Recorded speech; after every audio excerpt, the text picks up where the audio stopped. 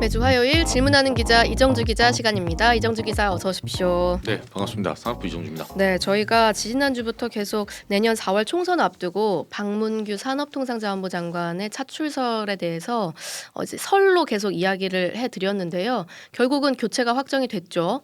기사가 나왔고 대통령실에서 신임 산업부 장관 후보자로 안덕근 산업부 현재 통상교섭본부장 지명을 했습니다. 이게 방 장관 취임 이후에 정확히 얼마나 지금 시간이 지난 상황인 거죠? 네, 저희가 여러 번 설명을 드렸었는데 올해 9월 13일 이날 이제 인사청문회가 있었고 9월 20일 날 임명이 됐어요. 정말 얼마 안 됐네요. 네, 그러니까 오늘 시점에서 보면 그 정확히 3개월이 안 된 거죠. 2개월 28일. 그렇죠. 왜냐하면 네. 17일에 임명을 했기 때문에 사실 17일이 이제 교체 시점입니다. 네, 새 수장이 오기로 했고요. 네. 역대 최단기인데 제가 이 산업부 홈페이지를 좀 찾아봤거든요. 혹시나 해서. 근데 산업부가 이전에 이제 명칭이 지식경제부 MB 정권 때는 그 전에는 상공부 등등 여러 명칭이 있더라고요. 네. 역대 장관들 이제 재임 기간이 나와 있었는데 그러니까 이번 방 장관 이전에 가장 최단기 재임 장관이 그 1996년 12월 20일부터 1997년 3월 6일까지 재임했던 그때는 통상산업부 네.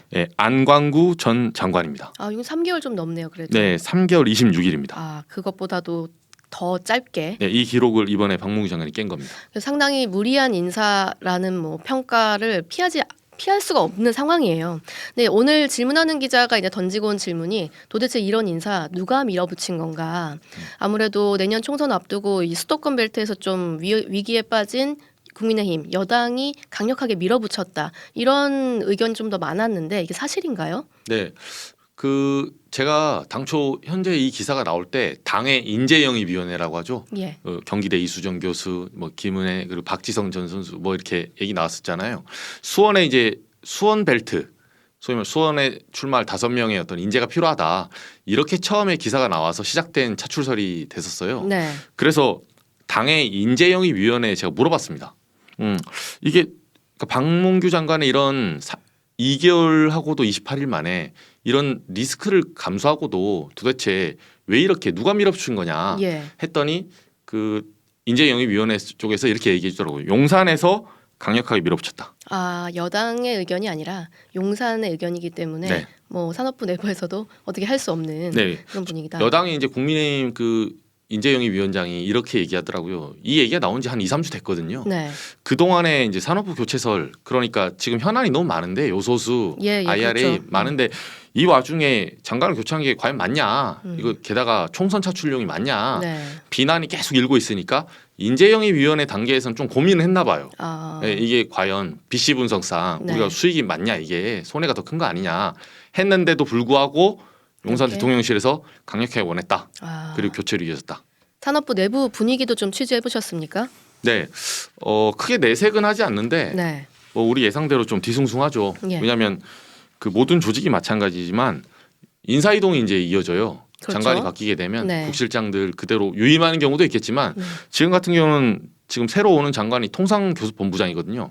당장 통상교섭본부장 자리부터 채워야 됩니다. 이러면. 그렇죠. 네, 그리고 그 밑에 합을 맞추는 조직이기 때문에 이제 하부에서 부장급, 과장급 등등등 연쇄적으로 인사 이동이 있을 수 있어서 아무래도 연초부터 이제 일손이 잘 잡히지 않을 수가 있어요. 지금 현안 굉장히 산적해 있잖아요. 어떤 이슈들 있죠?